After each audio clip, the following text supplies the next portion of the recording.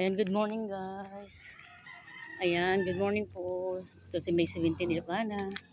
Ayan po, nangangalakal po ako dito kasi sa kapitbahay namin ay nagpagawa po sila ng nagpatiles po sila sa garahe nila.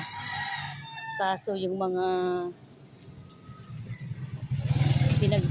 sa Ilocano ay ragas, yung pinagputulan nila ng tiles, tinapon nila. So dito po ako namulot Ayan. So, waitingin pa ako dito kasi ang dami ko nang naiuwi guys. Ayan, dito po ako nangalakal guys. Hindi ako nahiya dahil magagamit ko yun sa aking lababo. Ayan. Wala na yata ito. Puro ano na. Ito, bakit kaya? Wala na guys. Nakuha ko na, tingnan yung kamay ko. Ayan. Ayan guys Ang dami kasi Ang ganda ng bahay. Yan, bahay na yan. Ako po maglilinis kasi darating po sila galing sa Spain. Ayan, up and down po yan, ang ganda Ito po yung bahay na parang ghost house yan. Ang daming puno. Yung may-ari po dyan, mamayaman po sila pero hindi po pinaputol yung mga kayo. Walang kasilang caretaker. Ayan. So yan po yung nila. Hindi po ako nahiyang magkalakal. So ipapakita ko yung mga nakuha ko guys. Siguro hindi lang 10 pieces kasi mabigat pa lang mga tiles. Ipapakita ko sa inyo. Ayan. Ito po ang bahay namin. Ayan guys. Ipapakita ko ang dami kong mga scratch na mga na mga tiles. So papagawa ko pag may pera na ako pang sa gagawa. Ayan. Ayan guys gaganda. Buo-buo pa Yan lahat po yan nakuha ko doon. Lahat po yan ito. Iba-iba 3 klase pong tiles. Ito po.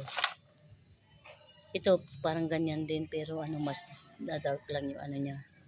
Kayong ganyan sa kayong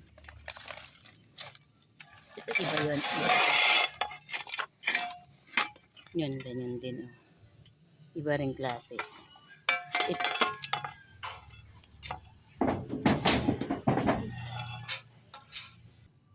Dami Pero ito po, itong malaki na ito galing po kay isa pinamigay ni Bernie sa akin yung mga scratch din niya, tinapon din. Ito lahat po yan galing po kay Bernie at yung nasa inilapag ko lang sa lababo namin pero hindi pa nakadikit yun totally. So ito yung mga ko scratch, marami pa kong kukunin doon sa kina Bernie. Ito ang lalaki pa guys ito bubuo pa yan So yan po yung nakalakal ko. So hindi naman po masama sigurong pamulot ng basura. Ayan. Dahil yan po ay magagamit po sa aking lababo at saka sa flooring ng aming kusina. Kasi maliit lang po yung kusina namin. Ayan, kulang lang po yung